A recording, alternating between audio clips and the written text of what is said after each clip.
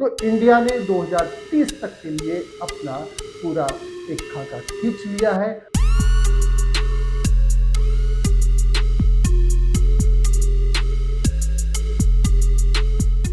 ये जो हम फोन यूज कर रहे हैं, जितने लैपटॉप यूज कर रहे हैं या कुछ भी कोई भी टेक्नोलॉजी अगर हम यूज कर रहे हैं तो उसमें यूज होता है रेयर अर्थ एलिमेंट। लेकिन आपको पता है क्या कि ये कहां से आता है, इस पे मोनोपोली किस कंट्री की है? चलिए इसी बारे में आज बात करते हैं, डिटेल में बात करते हैं। नमस्कार, मैं हूं राजीव, आप देख रहे हैं आपकी खबर राजनीति।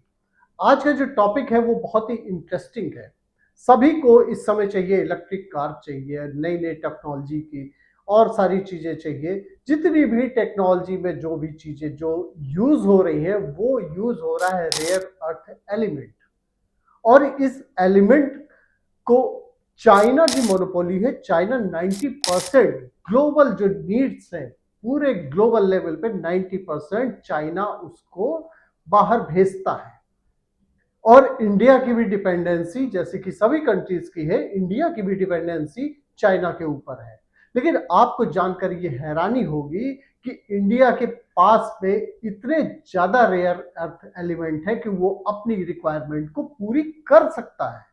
लेकिन सबसे बड़ी बात है रेयर अर्थ एलिमेंट को जो उसकी रिफाइनिंग की टेक्नोलॉजी है, जो माइनिंग की टेक्नोलॉजी, वो इंडिया के पास में नहीं है। इसी कारण से इंडिया को डिपेंड होना पड़ता है। अब इलेक्ट्रिक कारों के लिए गवर्नमेंट ऑफ इंडिया ने तो सभी को प्रमोट करना स्टार्ट कर दिया। लेकिन सबसे बड़ी बात यह है कि इलेक्ट्रिक कारें इतनी महंगी आ रही हैं कि उसको खरीद पाना, उसको अफोर्ड कर पाना लोगों के बस की बात नहीं रहती है। क्यों इतनी महंगी होती है?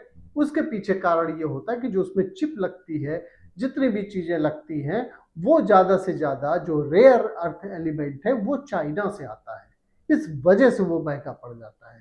तो इसके बारे में गवर्नमेंट ऑफ इंडिया ने काम करना शुरू किया, क्योंकि जो डिपेंडेंसी है इसको तो कम करनी ही है।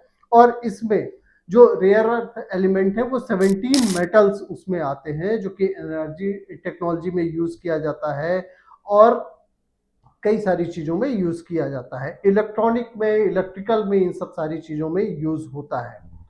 और जो इंडिया का जो प्लेस है इन रेयर अर्थ एलिमेंट, इसके बारे में जानते हैं। इंडिया रेयर अर्थ एलिमेंट जो मैग्नेट है वो अब आगे बढ़ने जा रहा है, क्योंकि यहाँ ह्यूज इन्वेस्टमेंट होने जा रहा है इसकी रिफाइनिंग के लिए।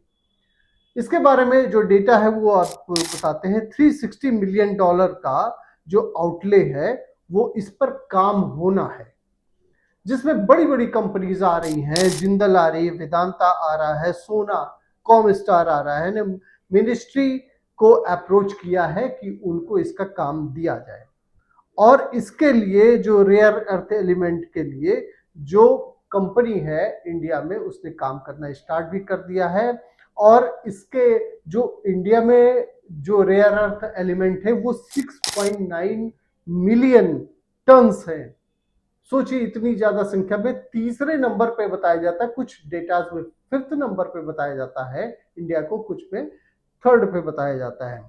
और इंडियन कंपनी एटेरो ने इस पे काम करना स्टार्ट भी कर दिया है। 100 करोड़ रुपीस जो है इस पे इन्वेस्ट किया है। तो आप सोचिए, इस पे जो काम होना शुरू हुआ है, अभी बड़ी बड़ी कंपनी इस पे आ रही हैं और मिनिस्ट्री को अप्रोच कर रही है कि उनको काम करने दिया जाए, क्योंकि 6.9 मिलियन टन्स जो उपलब्ध है इंडिया के पास में, उसको रिफाइन नहीं कर पा रहा है इंडिया। उसके पास में ऐसे ही पड़ा हुआ है, क्योंकि टेक्नोलॉजी नहीं है। टेक्नोलॉजी कहां से आती? चाइना से आती है। इसलिए हमें चाइना के ऊपर डिपेंड होना होता है। उनसे खरीदा भी जाता है, कोई भी टेक्नोलॉजी होती है तो उनसे हमें लेना पड़ता है। इसकी डिपेंडेंसी को कम किया जा रहा है। और अभी तो इस समय 90% जो रिक्वायरमेंट है वो चाइना पूरी कर रहा है। और चाइना ने एक समस्या ग्लोबल लेवल पर खड़ी कर दी कि अप्रैल में उसने जो क्रिटिकल मिनरल है, उन जो कार में यूज होते हैं, जेट फाइटर्स में यूज होते हैं और अदर टेक्नोलॉजीज में यूज होते हैं, इसके शिपमेंट को उसने रोक दिया। और उससे सारी जो ग्लोबल लेवल पर प्रॉब्लम है वो खड़ी हो गई, क्योंकि डिपेंडेंसी तो चाइना पर ही थी। अब इंडिया में जो पोटेंशियल है, चाइना में जहां 44 मिलियन टन उपलब्ध है, वहीं इंडिया में 6.9 मिलियन टन उपलब्ध है। इंडिया अपनी ज़रूरतें बखूबी पूरी कर सकता है। इसके लिए इंडिया ने इस ज़रूरत को समझा और इसके लिए मिनिस्ट्री ने काम करना स्टार्ट किया और अभी अटेरो ने 100 करोड़ रुपीस इन्वेस्ट किया है। बाकी अभी लाइन में है, जिंदल है, वेदांता है, सोनाकॉम स्टार है, इन लोगों ने अप्रोच करना स्टार्ट कर दिया।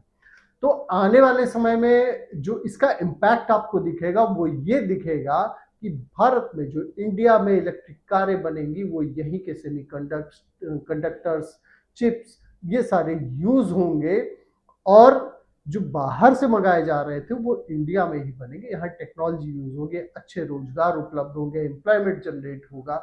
इससे जीडीपी पे काफी अच्छा असर पड़ेगा क्योंकि जो पैसा बाहर जा रहा था वो इंडिया में ही रहेगा। तो इंडिया ने 2030 तक के लिए अपना पूरा एक खाका खींच लिया है।